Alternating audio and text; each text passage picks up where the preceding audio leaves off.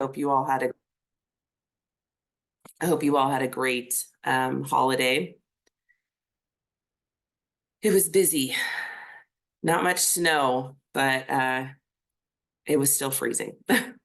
um, so this morning we're going to kick off the meeting doing this short survey. We're hoping to get some feedback from you guys. A group of the HLC board and our staff met to discuss this year's general membership meeting cadence and how often we'll meet, what types of meetings we'll have.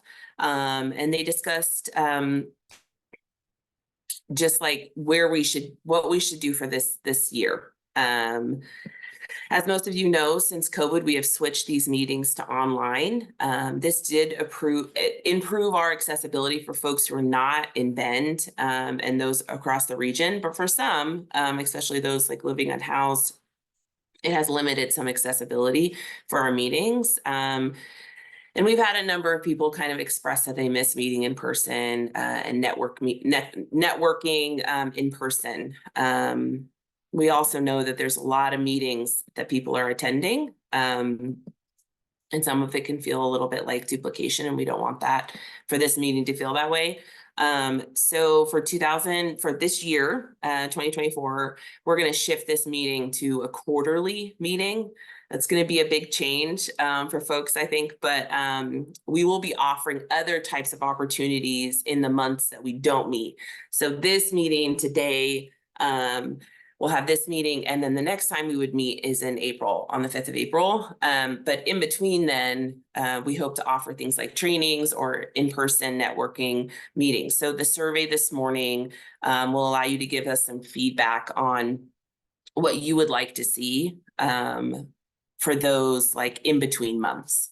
And then our quarterly meeting will be a lot of like HLC and like COC work and things that we need to get done with our membership, like voting and updates to our charter, talking about like today, we're going to be talking about the point in time count and things that are like the general functions that we have to do with our regional partners. So I'm going to just put it in the chat just in case someone just joined us. So please do complete that survey. We want to make sure we're getting feedback from everyone and that everyone's voices are heard around what you would like to see in those in-between months. We'll have more information in our monthly newsletter and reminders about trainings and opportunities. And also, if we get enough people in this meeting answering the survey, then maybe we'll have time at the end of the meeting to talk about some of those, like what we see from the survey.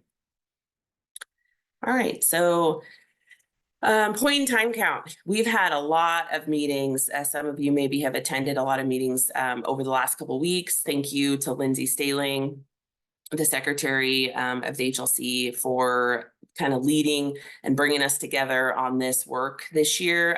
The point in time count is something we do every year, as most of you are aware, and it occurs in January. The Homeless Leadership Coalition and our partners are tasked with trying to get an accurate count of everyone experiencing homelessness in our region. And then this information is used in a variety of ways throughout the year, including this last year, we saw funding decisions that really directly impacted our region, like the governor's order that brought, $14 or so million to the region to address homelessness.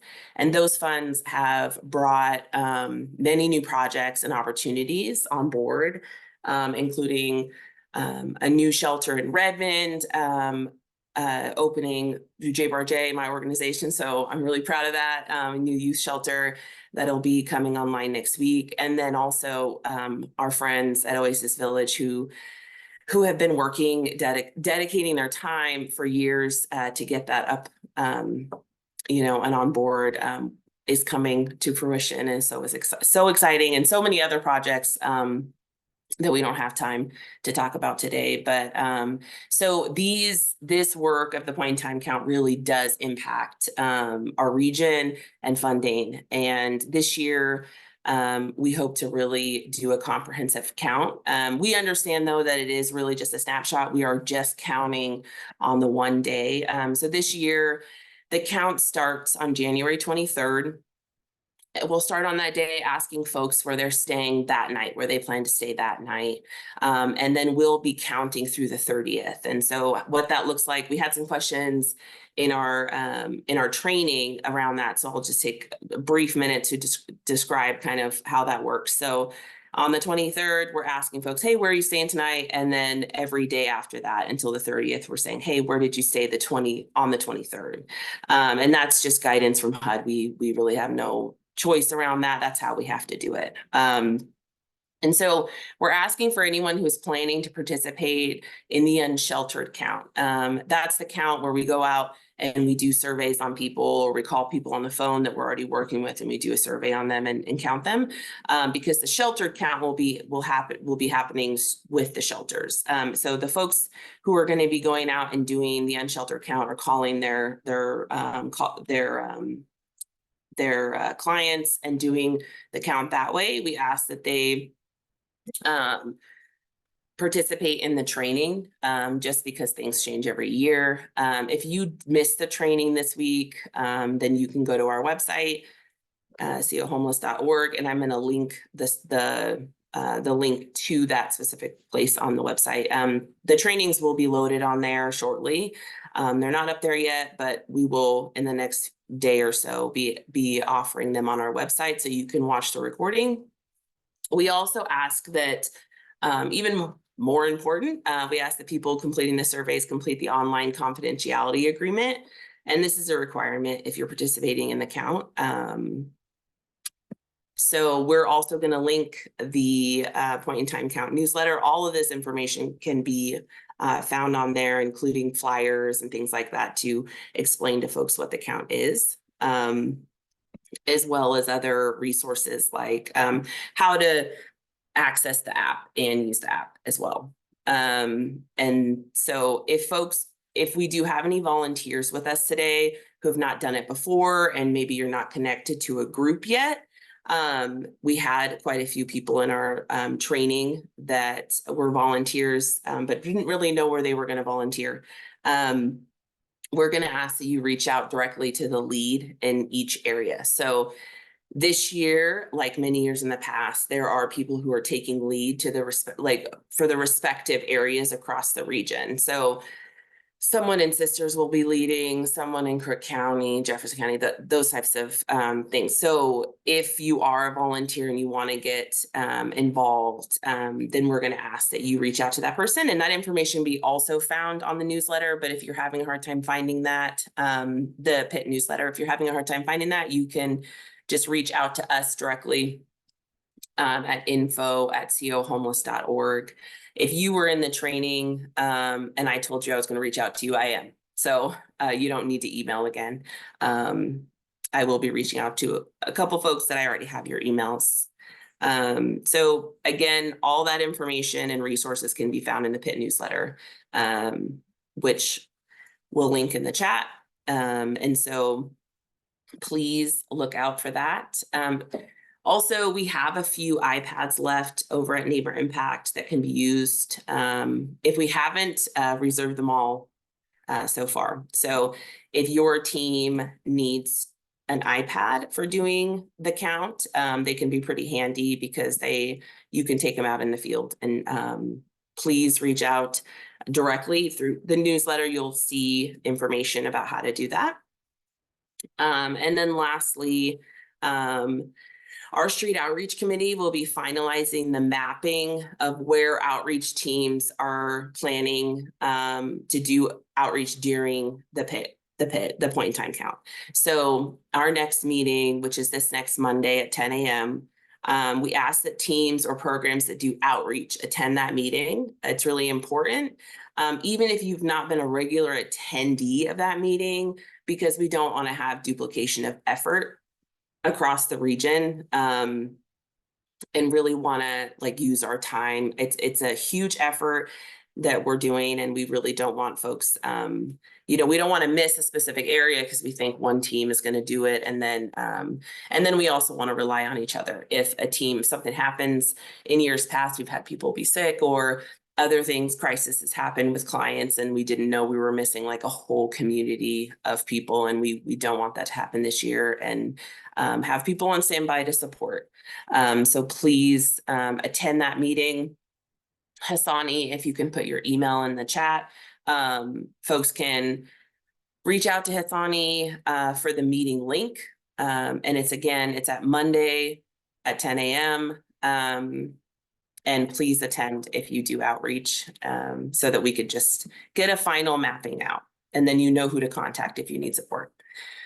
We have connected with providers in the different areas around the region to solicit information about our incentives this year. So for those who don't know, we offer gift cards, $5 gift card for folks who do choose to do a survey, because it does take time. And some of the questions are, tough for some folks to answer. And so we give them a gift card for their time. And so the cards, we're really hoping this year that we can do a good job about providing cards in, Crook County or Warm Springs or the areas that can be used in those communities. Some of our rural communities, maybe don't have a Safeway or, a Walmart. And so we wouldn't want to pass out gift cards in that area that are for those stores. So we're doing work around that, and the cards will be given to the leads in each community at least a week before the count, so that folks can be distributed to people who are doing outreach and those types of efforts in the area.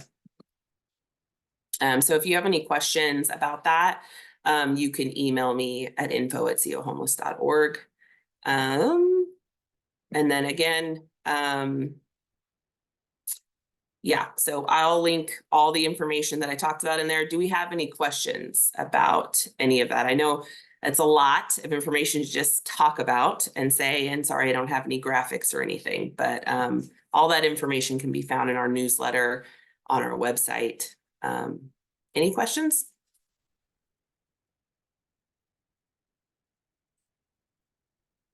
Cool. Awesome. And then just briefly, I want to remind everyone that January is also the month that folks can sign up for the Housing Choice Voucher, wait list / lottery system through Housing Works. And I believe that starts on the 8th. Housing Works this year graciously did a training for our providers. If you have not seen it, there is a video.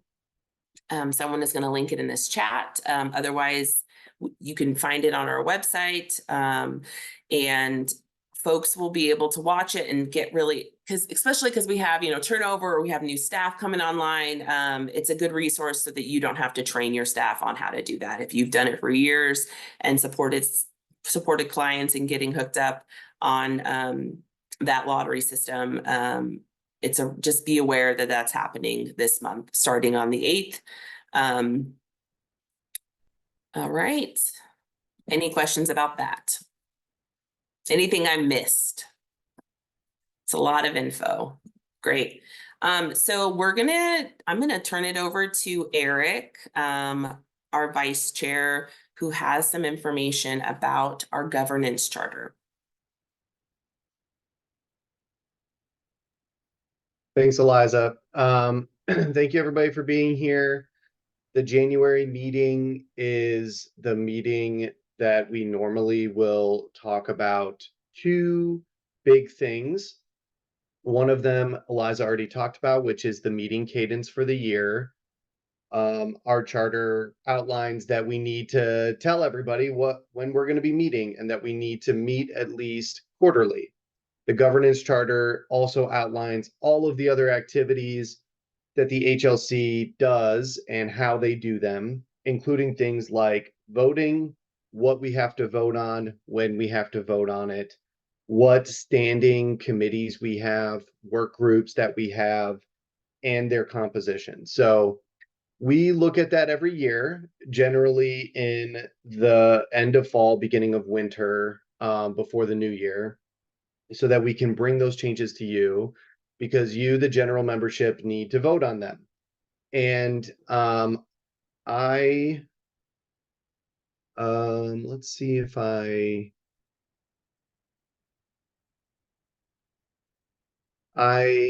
think that we were going to share that, Eliza. Yeah, I can pull it up. Okay. So I will briefly go over some of the major changes. There's really only one substantive change to the charter that is going to affect how we do things in the future, and that is in regards to voting. According to the charter, the way it is in its current form, voting is held at meetings. And this is left over from pre-COVID time when the general membership meetings, the full general membership meetings were in person. And we would say, hey, we're going to vote on the charter. Everybody raise your hand. And that's a little bit more difficult now, especially over Zoom. And we want the flexibility to be able to have everybody vote by another method, an electronic method. This is in line with what a lot of other continuums of care do in other parts of the country. There are just language gets broadened in order to capture that. So Eliza, if you want to scroll down.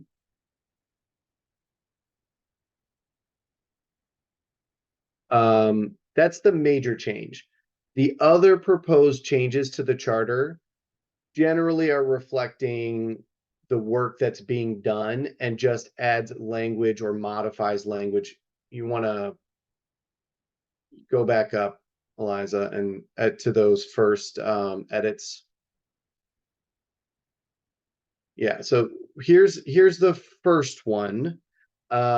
This is something that we already have folks do, but it was not explicit in the charter. And this is one of the language changes I was referring to.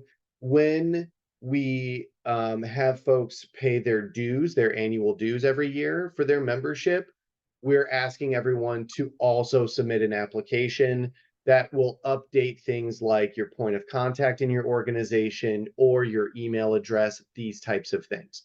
So that is something we've been asking the membership to do every year. It's something that the membership has been doing every year. You probably are really annoyed by the amount of emails I sent you this year.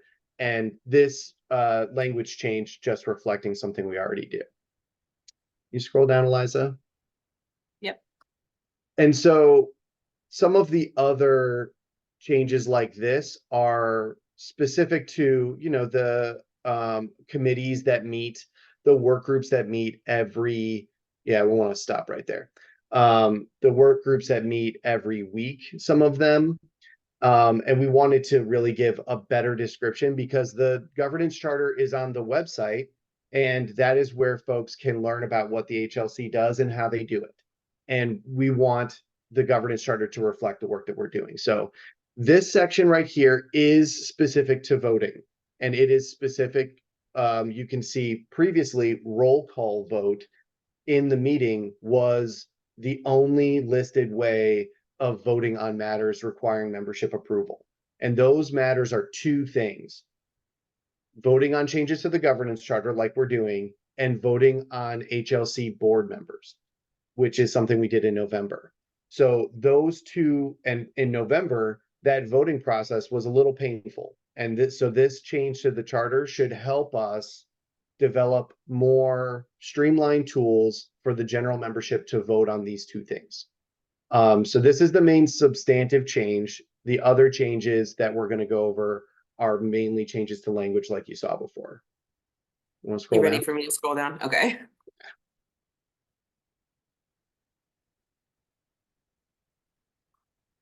So this section 5.4, this is rewritten. So when we send out the draft changes to you, you're going to see this is the rewritten one. But if you continue to scroll down, Eliza.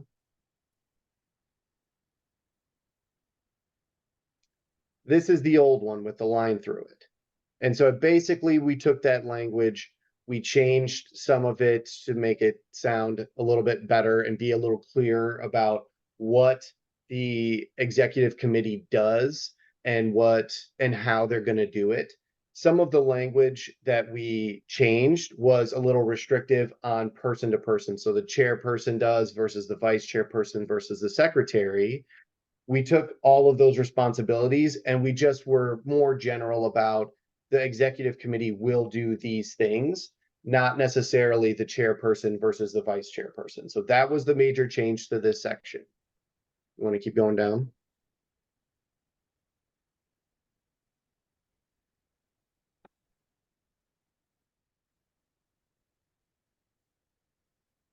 Do you want me to stop here?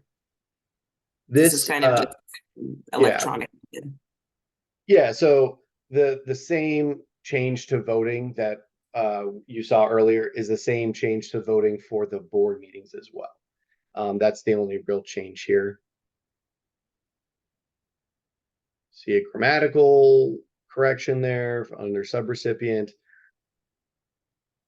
And keep going down. Okay, so this section right here is a rewritten portion of how the lead agency responsibilities are listed. And this is a language change. Again, it is just for clarity because we don't want to be too specific in the governance charter about what exactly the lead agency will do.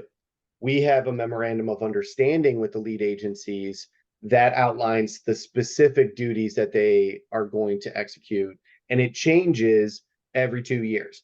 And the reason it does that is because the things that we need our lead agencies to do also changes every 2 years or so. And so we review it periodically, but we wanted the language to be sufficiently broad so that we're not boxed in when we're writing those MOUs and updating them. This will let us make this change one time, and then we can have more specific changes to duties and responsibilities of the lead agency in the memorandum of understanding. Keep going down.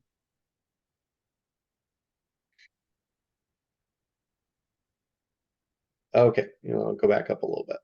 Yep. Okay, this is the section that describes the committees and work groups. It previously did have our committees and work groups on it. What their description of what they did was pretty vague and not very reflective of what those groups are doing, how they're meeting, who's allowed at those meetings. And there were a lot of questions in committee meetings about what can we do, what should we do, what do we want to do.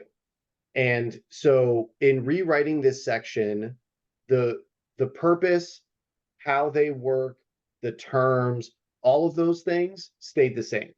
The things that changed were the descriptions and of how they're meeting and the work that they're doing. If you want to scroll down, Eliza. The main addition here is under work groups, which are different than standing committees. Work groups, they have a specific task, but they don't have a standard composition or process. And if you want to keep going down, the two work groups that meet regularly, you probably heard us talking about them. And go back up a little bit to the case conferencing work group. So the first one is the coordinated entry case conferencing work group meets on Mondays. It is led by Ben Scott from Neighbor Impact, and it is a work group because the folks who attend that meeting are case managers. They are working directly with clients. They are evaluating the coordinated entry list to direct those clients to services that are going to help them become permanently housed. That is the purpose of the coordinated entry system, and that's the purpose of this work group. So because it meets weekly, because the representatives change and they need to have signed a privacy agreement in order to attend the meeting and use HMIS. This is very different than what we consider a standing committee. That's why It's in here under as a work group, and it previously was not in the governance charter, but that's because previously it didn't exist. So that's one of those ones that we want to add in there. The second one, if you want to scroll down, is the Built for Zero work group. The Built for Zero work, if you look on our website, we've been doing for the past couple of years, and it is led by Social Solutions. They're a consultant that work with us in order to develop strategies on how to reduce the homeless population here in Central Oregon. And because it's led by non-HLC board members, non-HLC members, and the representatives change, they're not all HLC members either. This also would be considered a work group. And it previously also didn't exist, which is why it wasn't in the charter. So those are the two major additions. Everything else that you see underneath here, the standing committees, the HMIS support committee, the coordinated entry committee, all of these committees already existed. Ginny, that's a good question. And I think reaching out to Ben Scott is going to be the best way to get you linked in there. We are currently on pause with some of those meetings, but Ben is attending, still doing data coaching with the Built for Zero folks, and he can connect you best. So we're going to send this out. These are the changes outlined. All of the changes that are proposed here, you can review what is being proposed to be changed as well. So you can see them side by side. And that is something that we're recommending that we send out to all of the members so that they can review it. And then if the membership agrees, then we will use an electronic voting method. But as we've covered in the charter, the charter doesn't reflect we're allowed to do that. So we need the membership today to express their approval of that proposed process. If everyone in the meeting who's a member is okay with that process, then that's what we'll do. We'll send out the document that we just reviewed, and then we will send out an electronic voting method so we can get it approved. Yep, so we can adopt those changes and make it easier for you guys to interact with us and vote on changes to what we're doing. If folks, those of you who do hold a membership, if those of you want to put in the chat that you're okay with an electronic vote on the changes to the charter, that'd be great if you could do it now.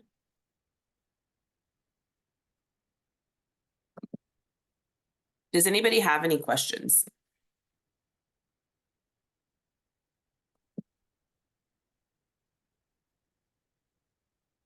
See a lot of yeses in the chat.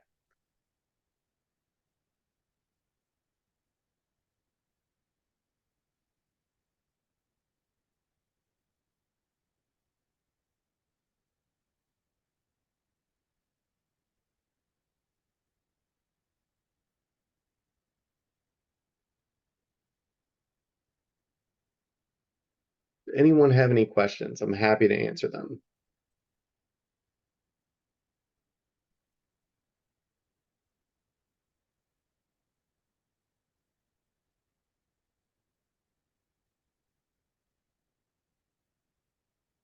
Okay. We'll just let folks continue to pop their answers in the chat. And in the meantime, if anyone has any community announcements, good news, bad news, questions, you can go ahead and one question: what is the ongoing accountability of work groups to the HLC? So that's a good question, John. The coordinate entry case conferencing meeting, that work group, it does not report because it's client data. So that group does not report to the HLC general membership or to the board. They report any issues that they have with the work group or changes that they wish to make to the work group to the coordinated entry committee. And those recommendations from the committee, those go to the board, and the board membership will vote on those things. If they are requesting some kind of change to the governance charter or something else, that would be brought to the general membership and the board. But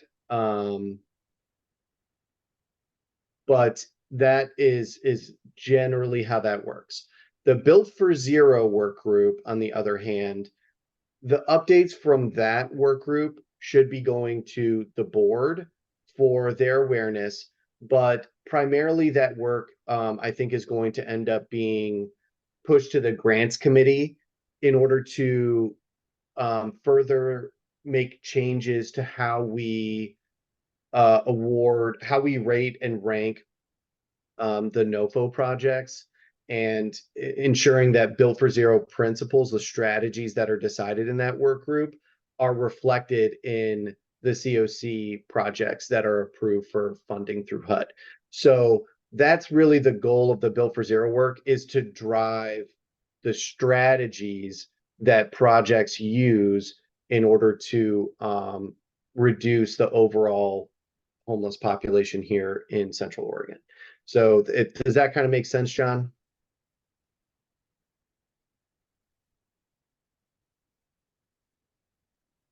Yeah, those are good answers. That clears it up. Lindsay? Good morning, guys. Sorry, I'm kind of between meetings this morning. It's great to see everybody. Happy New Year. One thing I wanted to say, as John brought up the word accountability, was just thinking about myself and like a leadership role within HLC or maybe within my organization. The benefit I've seen when organizations really support and celebrate their employees' participation in these committees and work groups. And even carve it out and put it as part of position descriptions if you are in a position to do so at your organization. Because in coalition work, we have not really staff. Like, we do get administrative support from COIC and from Neighbor Impact for things, but really the work is done in committee and is done by people who are boots on the ground doing the work every day. So having some set of leadership expectations from the organizations that choose to be members to then contribute and participate in these meetings, but also in our work groups where the work will really get done, I think is a super valuable thing for us leaders to think about. And so I just wanted to plug that going into 2024. I'm not saying change all your job descriptions tomorrow, but do think about how you as leaders create time for your staff to develop skills. And that's really how I see it. If I have staff at meetings, I want them offering to take minutes. I want them offering to lead portions of the meetings to grow their leadership skills, because this work and all the other work we're doing in community building and solving big problems is going to take a really deep leadership bench. So that's my soapbox this morning, and Happy New Year, and thanks for listening. That's such a great point. Thank you, Lindsay.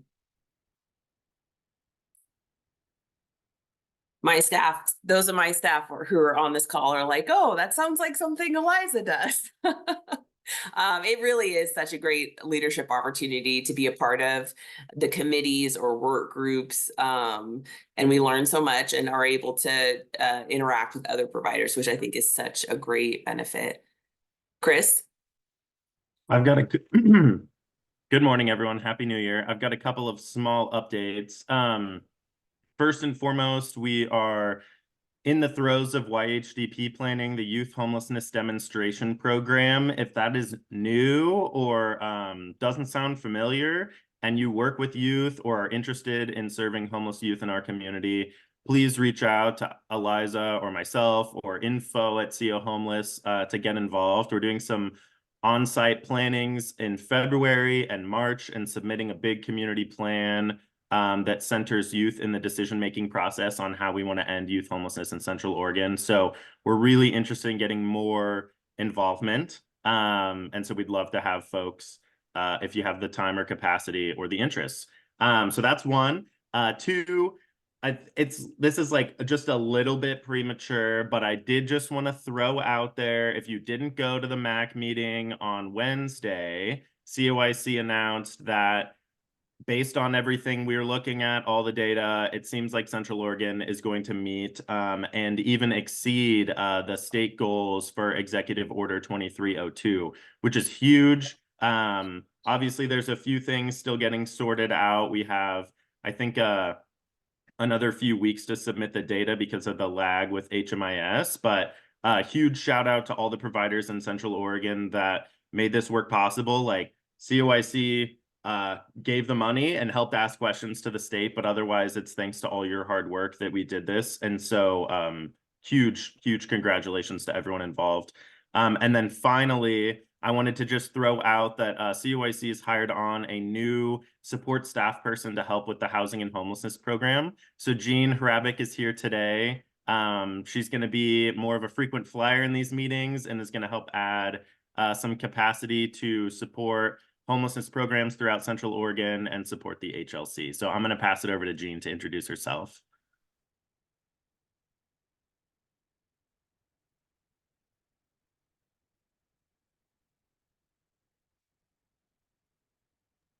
Bottom left? No? You should Maybe be not. able to unmute. It's a new her. computer. Oh, here, Should be hold able on. to I might be able to her unmute her. if you're a co-host. I tried. Oh. Um, Oh, well, maybe she'll introduce herself next time. well, while you're doing that, Jean, thank you for bringing that up, Chris, about the YHDP and youth community plan.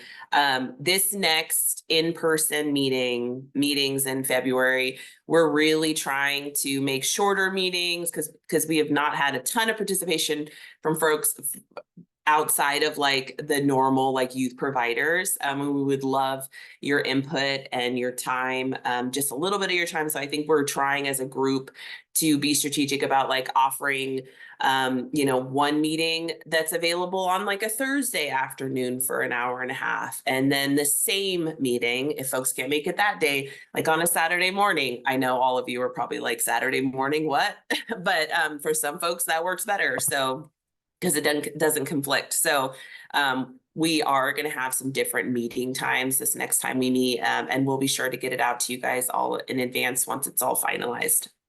So if you are interested, please let us know in the chat and we can include you. I think Jean's off mute. I am finally. It wouldn't transfer between my different monitors. I'm sorry.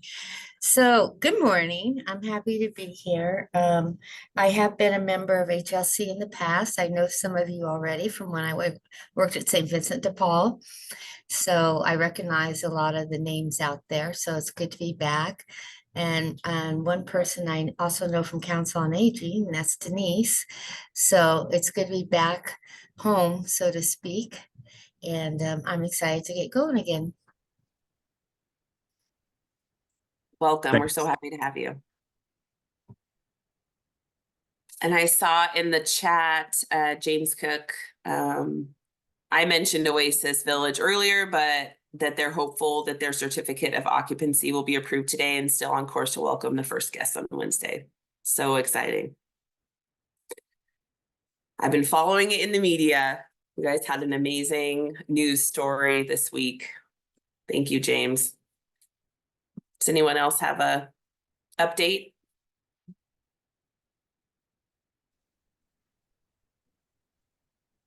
Well, I'll go. Oh, Donna.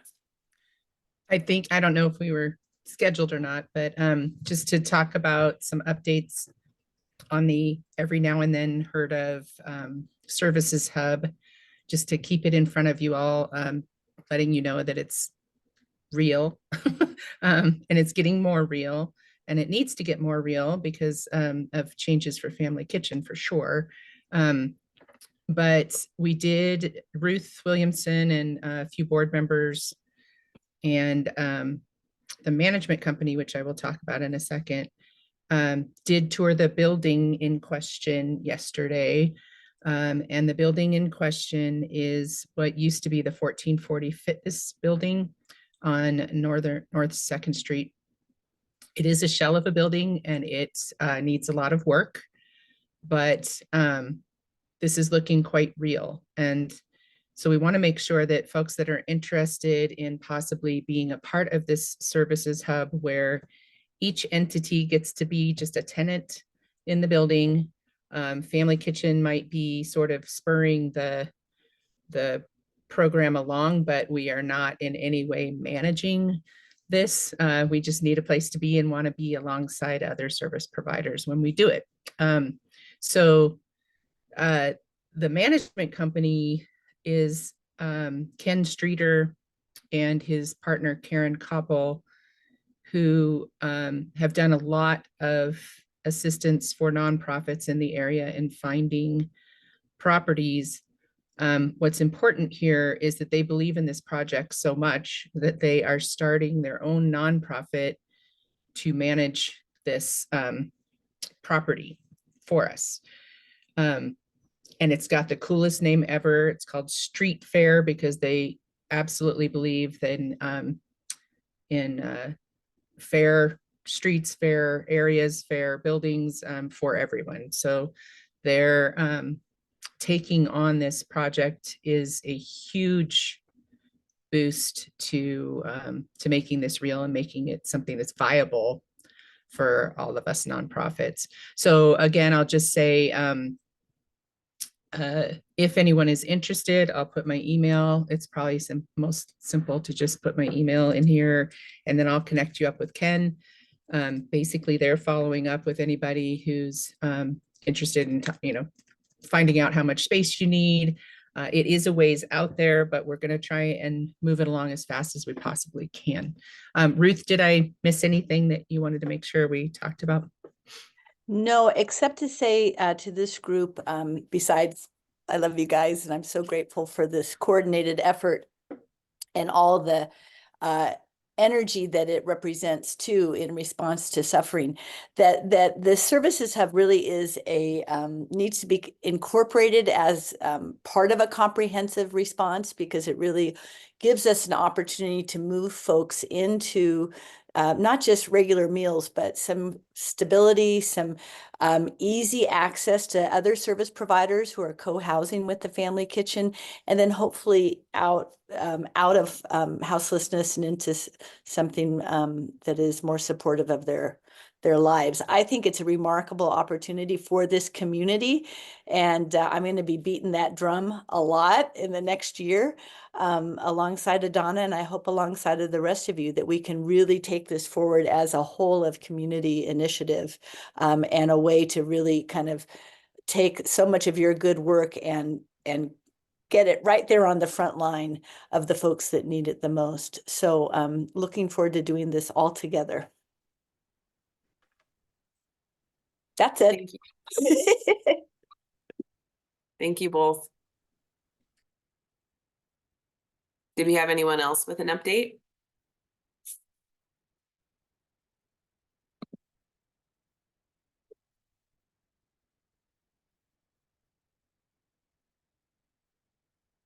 Okay, well, that's okay. We reviewed the survey results, and it looks like we have 26 people who have responded. Not all in this meeting. We had a couple responses prior to this meeting. And they're a little inconclusive. So folks haven't had the chance to do the survey, please do the survey. We're not going to announce any of the results in this meeting just because we want to chat about like what that means if they're inconclusive. And then we'll get that information out to you guys in the next HLC newsletter. If you are not signed on, I think most of you probably are, probably do get our newsletter. If not, you can sign up on our website, cohomeless.org.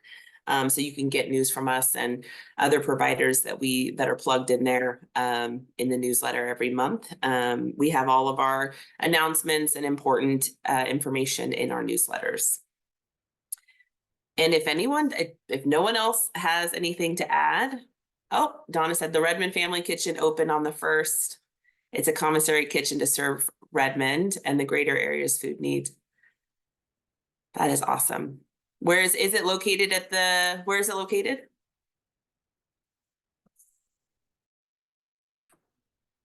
That was from Dana. I don't know if she's going to respond, but we are proud. Yeah, Sorry. we're proud to be Dana. partnered with Mountain Mountain View View, Fellowship. sorry. Yeah. Awesome. Church. Mountain View Church. Great. All right, if we don't have any other updates, we can convene the meeting a little early today. I can give you guys some time this morning. Like I said, our next meeting will be April 5th. In the meantime, we will host trainings and other opportunities for us to network, and that information will go out in our newsletter. I hope you guys have an amazing January and that the point in time count just is smooth. If you guys need anything from us, please shoot us an email, connect. Thanks, Ruth. It's so good to see you. Take care. Bye, guys.